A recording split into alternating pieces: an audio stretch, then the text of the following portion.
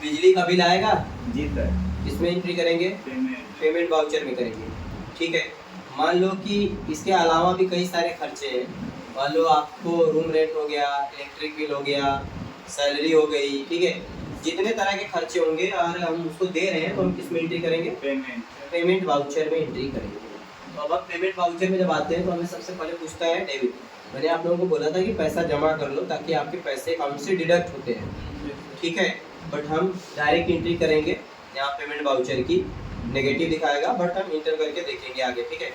बाद में आप जो है जब हम ओवरऑल प्रॉफिट एंड लॉस की एंट्री करेंगे तब हम उसकी एंट्री करेंगे, क्योंकि आप लोगों को ज़्यादा बताने पे कंफ्यूज जा रहे हैं। कटरा में भी चले जा रहे हो, रिसीट में भी चले जा रहे हो, परचेज भी कर ले रहे हो, तो थोड़ा दिक्कत हो रहा है। हम डायरेक्ट पेमेंट में जाएंगे और हमको बस इतना ध्यान देना है कि पेमेंट वाउचर में हम अगर किसी को पैसा दे रहे हैं या कंपनी का पैसा किसी माध्यम से जा रहा है, चाहे वो वेतन दे रहा हो, चाहे मजदूरी दे रहा हो, चाहे वो जो है किराया दे रहा हो, इलेक्ट्रिक बिल दे रहा हो, वो सब किस में जाएगा? पेमेंट वाउचर में। पेमेंट वाउचर में एंट्री करने के लिए हम क्या कर लेते हैं? पेमेंट वाउचर में जाने के लिए फाइल की प्रेस करेंगे, ऑलरेडी हम है, और यहाँ आने के बाद हम क्या कर लेते हैं? हम सबसे पहले ध्यान देंगे कि पूछ क्या रहा है। पहले क्या पूछ रहा है? तो डेबिट क्या होगा? जो हमारे पास से एक्सपेंसेज हो रहे हैं, खर्चे, ठीक है। जैसे वेतन दिया तो वेतन कौन सा खाता है? नॉमिनल खाता है। नॉमिनल खाते में क्या होता है? सभी खर्चे और हानि को क्या करते हैं? डेबिट करते हैं ना, आय के लाभ को क्रेडिट करते हैं, ठीक है। अब हम क्या कर रहे हैं? वेतन दे रहे हैं, तो वेतन दिया तो सैलरी डेबिट, और हमारे पास से गया क्या? पैसा गया, कैश। कैश कौन सा खाता है? रियल। जब पैसा जा रहा है तो पैसा क्या हो जाएगा? क्रेडिट, क्योंकि आता है तो डेबिट, जाता है तो ये नियम है ना रियल का।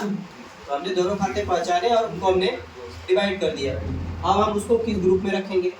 अब अगर हम वेतन दे रहे हैं, सैलरी दे रहे हैं, तो उसको हम रखेंगे इनडायरेक्ट। जो भी है हमारे वो सब एक्सपेंसेस है, खर्चे हैं। आता है तो इनकम और जाता है तो एक्सपेंस। तो यहाँ हम क्या कर रहे हैं? खर्चे कर रहे हैं भाई, दे रहे हैं पैसे। तो अब हम सैलरी को बना लेंगे, क्योंकि बना नहीं है। बनाने के लिए सीधे हम कहाँ चले जाएंगे? क्रिएट में। नहीं तो आप सीधे गेटवे ऑफ टैली की क्रिएट में जाओ, वहाँ लेजर में जाके आप बना लो। वहाँ से भी बना सकते हैं, यहाँ से डायरेक्ट बना सकते हैं। अब यही से डायरेक्ट बनाएंगे ताकि जल्दी बन जाए। तो यहाँ हम बना लेते हैं सैलरी का, और इंटर करके नीचे आ जाओ। यहाँ आपको अंडर ग्रुप चेंज कर देना है। ये किस में जाएगा? Indirect expense. मैंने बता दिया ये सारे एक्सपेंसेस हैं, तो एक्सपेंसेस के अंदर इसको, और यहाँ आने के बाद आप कंट्रोल ए करो और एक्सेप्ट करो, ठीक है। और यहाँ जो भी अमाउंट आप दे रहे हो डालो, 5,000 करो, ठीक है। कैश दिया, कैश करेंगे, चेक देंगे तो बैंक करेंगे, इंटर करेंगे, इंटर और एक्सेप्ट करो। हो गई एक एंट्री। ऐसे ही दूसरी एंट्री करनी है आपको, इंटर कर लो। मान लो आप किराया दे रहे हो तो यहाँ पे क्लिक करो, रूम रेंट, इंटर करो और इनडायरेक्ट एक्सेप्ट, कंट्रोल है एक्सेप्ट। मान लो 5,000 इंटर और कैश आया। लाल क्यों हो गया था? वैसा खत्म है एक्चुअली ये पहले एंट्री की गई है ना इसमें, देखो ये जो यह इधर एंट्री है, इधर ये सब पैसा क्या हुआ है? इधर बेचा गया है तो पैसा मिला था ना, तो मिला था तब तक तो गया। जब पैसा खत्म हो गया तो जीरो हो गया, नेगेटिव हो गया। देखो सैलरी दे दिया हमने, महेश को बेचा था और जो है नकद बेचा था। नरेश को बेचा, महेश को बेचा और नकद बेचा। दो लोगों को बेचा था 5-5 हज़ार का। एक कैश में बेचा था और एक जो है यहाँ पे नरेश को बेचा है उधार, ठीक है। तो यहाँ पे आप देखोगे जो हमारी एंट्री हुई है वो पैसा हमारे पास जो था उसमें से खत्म हुआ, जीरो कर दिया, क्रेडिट। जो पैसे थे खत्म हो गए, इसलिए उसको नेगेटिव दिखाएगा। इंटर करके नीचे तो दोनों ही क्रेडिट हो गया ना सर? तो क्या है? हाँ दोनों तो क्रेडिट हो गए। हाँ, वो बैलेंस क्रेडिट दिखा रहा है ना, बैलेंस क्रेडिट दिखा रहा है, लेकिन पेमेंट वाउचर में यहाँ हम जो लिखेंगे वो डेबिट होगा ना। अब जैसे हम अभी मान लो रूम रेंट दे दिए और क्या दे दिए? सैलरी दे दिए। हम मान लो बिजली बिल दे रहे हैं, बिजली बिल का भी तो खाता बनाएंगे। तो यहाँ जाओ क्रिएट में, अंडर, और यहाँ कर दो इलेक्ट्रिक बिल, ठीक है। इलेक्ट्रिक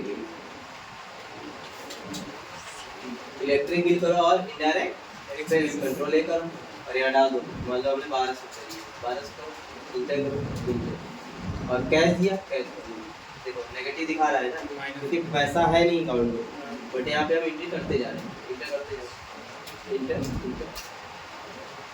ये तो हमने किसकी एंट्री की?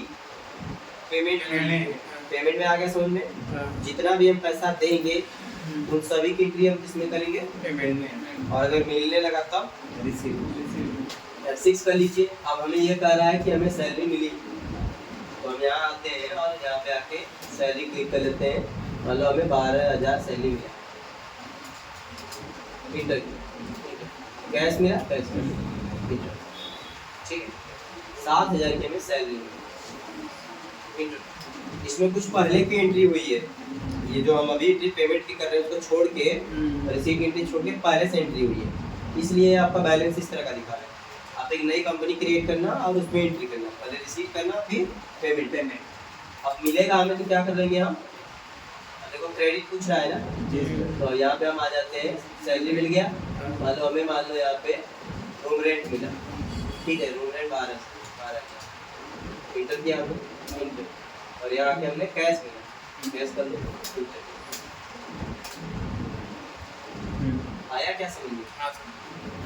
मिलेगा तो रिसीव में, और अगर देंगे तो पेमेंट। चाहे वो वेतन मिले, चाहे वो इलेक्ट्रिक बिल मिले, चाहे रूम रेंट मिले, या फिर एंट्री करेंगे इसका। तो जैसे किसी भी प्रकार का खर्चा लगा तो उसमें पेमेंट में ही रखेंगे। किसी भी प्रकार के खर्चे होंगे जो भी भुगतान करेंगे हम उसको पेमेंट वाउचर में करेंगे, और मिलेगा तो रिसीट वाउचर में। ठीक है, आया समझ में? रिसीट वाउचर को हम लोग कल फिर से करेंगे, बट आप पेमेंट वाउचर की एंट्री आप लोग करेंगे, आप लोगों को सवाल दिया गया है ना, उसकी एंट्री आप लोग करिए, ठीक है, रिवाइज करिए, और भी सवाल आप लोगों को हम ग्रुप में भेज देंगे। पेमेंट, रिसीट, जनरल, सारी एंट्रीज आप लोग दे देंगे। एक बार आप बेसिक पूरी